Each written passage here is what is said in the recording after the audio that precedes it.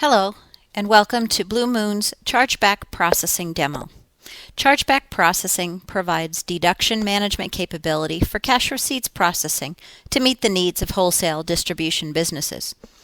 With ChargeBack Processing, you can enter and edit customer-defined remittance adjustments prior to the posting of cash receipts. These entries record the monetary adjustments you need to close invoices during the cash receipts process and are categorized to allow subsequent analysis where necessary. Let's take a look at ChargeBack Processing. The first step is to set up all of the different adjustment types that you'd have from your customers. By using the magnifying glass, we'll see that we have a few set up here: advertising, damages, freight and handling, and unconfirmed returns. The list is user-definable and is also unlimited. For each adjustments type, you can identify a code and a description. In addition, you can identify the debit memo, adjustment type, prefix, and next number. This is used in the case of adjustments that are disallowed, meaning that you need to use them in order to clear a check, but you do need to do some analysis later. We'll see this in the adjustments processing. A general ledger account number is assigned to each adjustment type for allowed adjustments as well as disallowed in order to have the proper general ledger accounting transactions created at the time of check processing and review. You can also choose whether you want customers to be defaulting to allowed or disallowing this type of adjustment. So for example, typically on advertising or advertising co-op, the default might be to allow the customer to take these kinds of deductions from their check without requiring additional review. On the other hand, damages may be a situation where you want the default to be to disallow those adjustments, meaning that you would like to review them and confirm them before you truly allow the customer to take the deduction. This is typically also true when we're talking about returns, where the customer is taking a credit for the return prior to returning the goods. When a cash receipt is processed, standard GP functionality is followed by going into the cash receipts entry window. We'll enter in a cash receipt, enter our batch ID,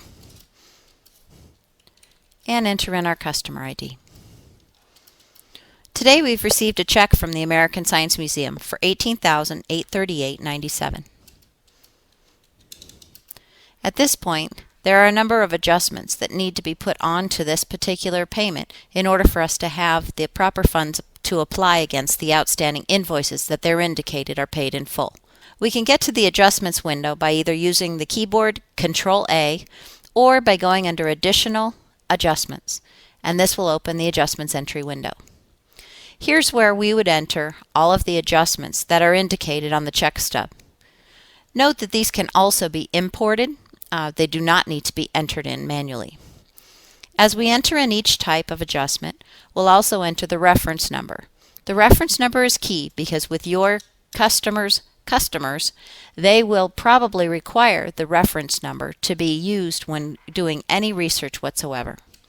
The date, and if necessary, the invoice number that this is tied to can be entered here. Then we'll put in the amount.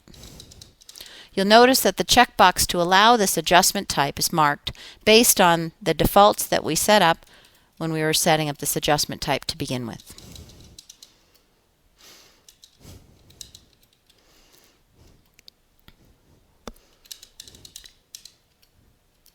Now for the damages that we've received an adjustment for,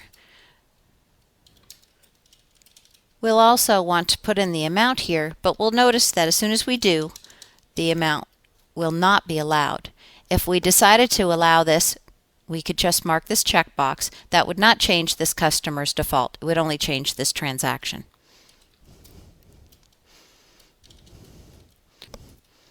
You'll notice at the bottom of the window, the total is increasing based on the information that we're entering in. These amounts will then be added to the check amount so that we can apply this against the invoices that the customers indicated are paid in full. Note again that the returns as well as the damages are defaulting to not being allowed. We'll see how that affects the customer's account in a moment. So now we have $7,000 in adjustments that this customer has taken off of this check. From here, we can go to the Apply window. We'll see that not only do we have an original amount of the check of $18,838, we now have an unapplied amount of $25,000, which takes into account the adjustments that we just entered into the Adjustments Entry window.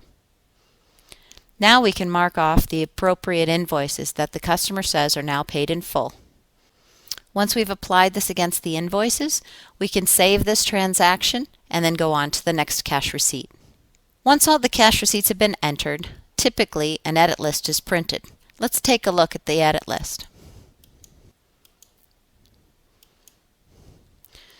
The edit list has been modified to include all the information from the adjustments.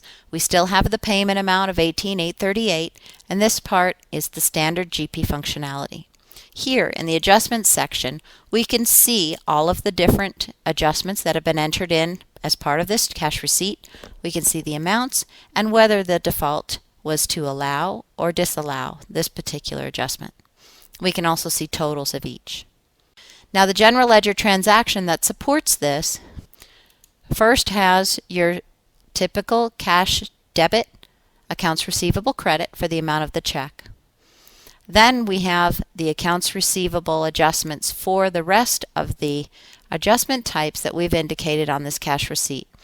And you'll notice that for the allowed adjustments, they're going to the account we indicated, advertising, freight and handling, etc.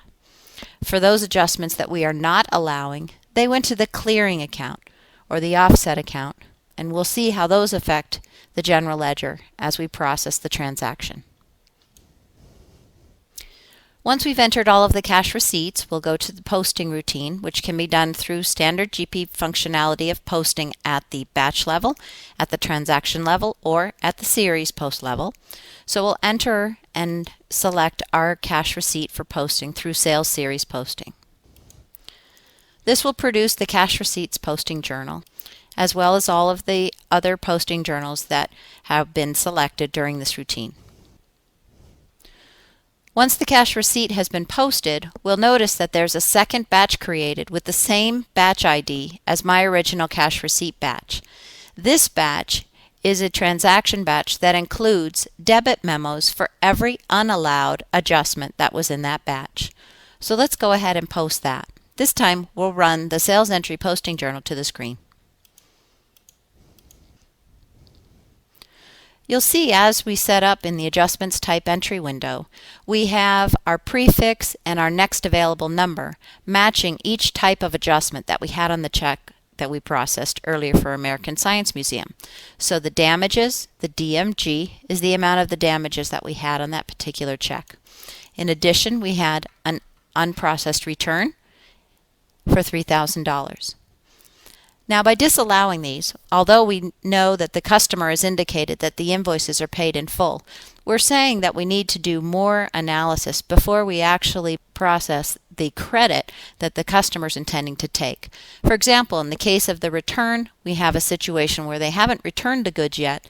Once they do return the goods, this debit memo will be applied against the credit created by the return. We can also use tools like the Smart List to pull up different types of adjustments in order to pull information out and be able to actively analyze and even collect on unallowed chargebacks that the customer has taken.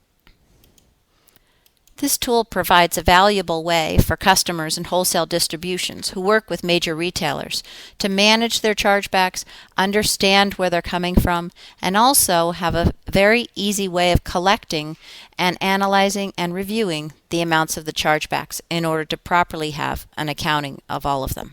It saves time and effort by making this tedious process extremely easy and efficient, and also there's improved cash flow through accurate chargeback tracking and instant access to information during the collections process. Please visit our website in order to get more information about chargeback processing and all of our other products. Thank you for viewing this demo.